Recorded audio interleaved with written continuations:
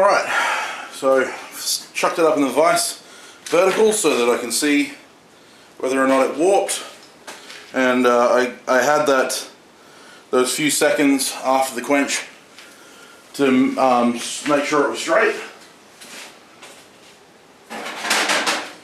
Now what I'm going to do is take a file,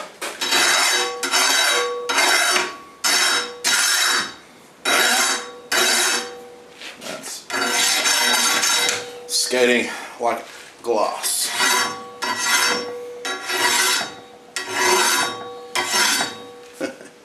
Excellent. Okay, so that's properly hardened.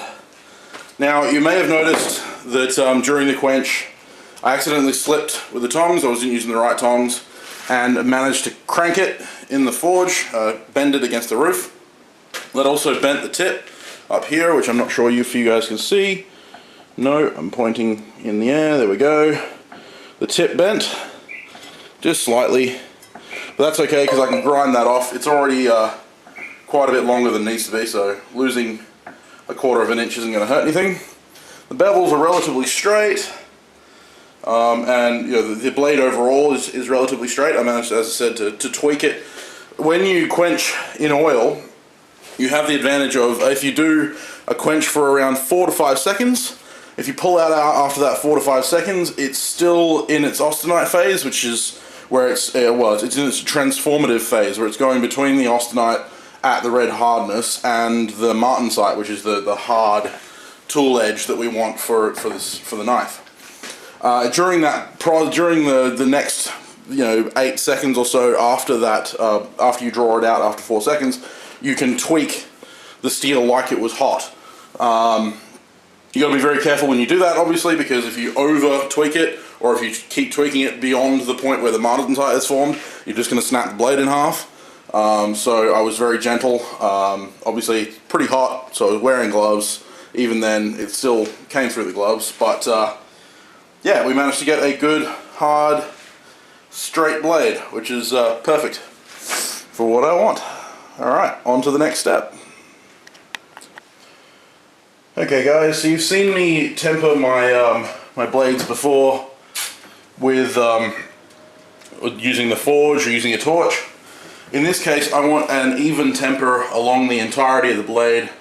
So what I'm going to do is use the oven inside. Now I've cleaned off the majority of the oil. That's really important to do, because what you don't want is burning heat treating oil coming out of your house oven. My wife would not like that. So I've set the oven to about 180, 200 degrees Celsius. I'm going a little bit over what I normally would because I want to have a more springy blade than hard, because this is quite a long, thin blade, and I'm just going to lay it in there.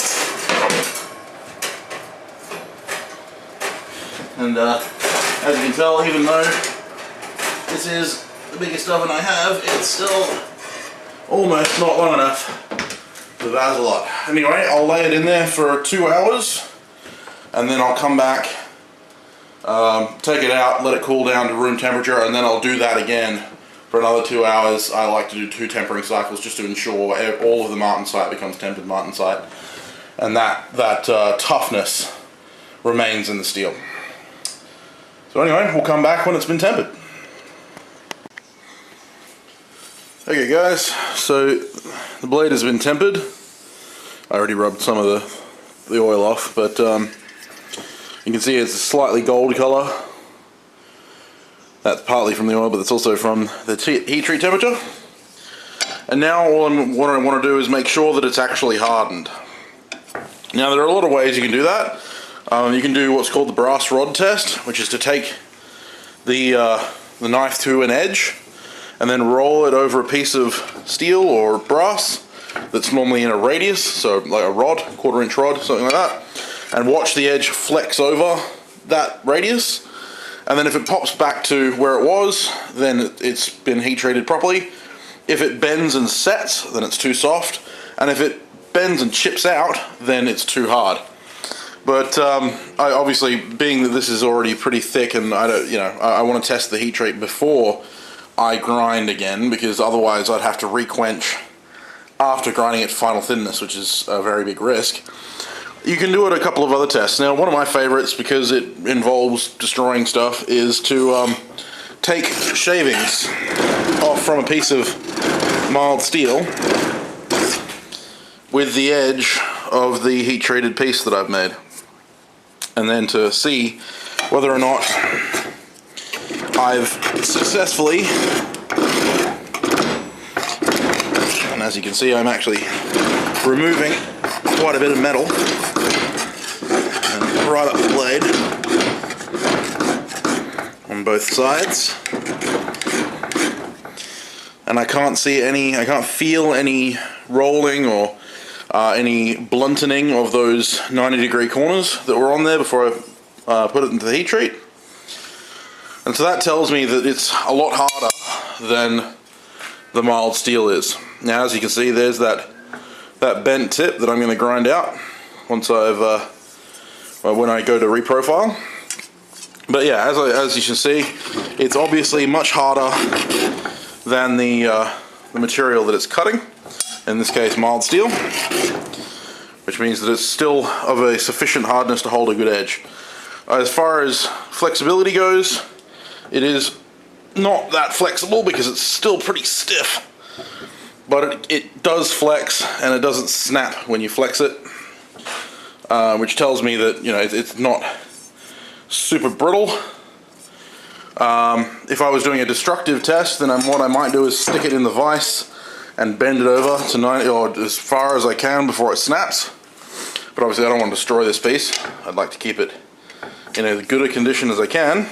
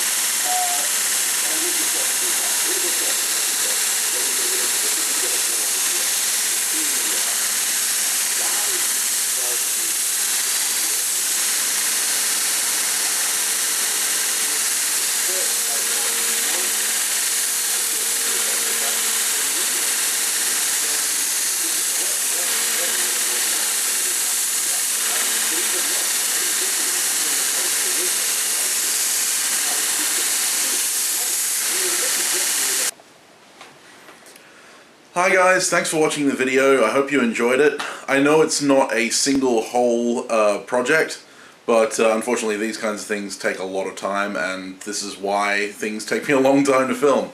Anyway, the baselard's coming along really well. I'm really happy with how it's going. I'm definitely looking forward to Saturday. I'm hoping I'm going to have it done for then. If I don't, I've got a couple of black up blades that I can take for inspection. I'll just have to finish those up before Saturday. Anyway, so if you haven't subscribed already to my channel, just hit the little red button down below. It says subscribe. And if you want to get updated when I upload a new video, just hit the bell icon and it'll give you a notification. Also, if you could like the video and leave any suggestions or comments down below, that would be greatly appreciated. I respond to every comment, so let me know what you think. Anyway guys, I'll see you tomorrow.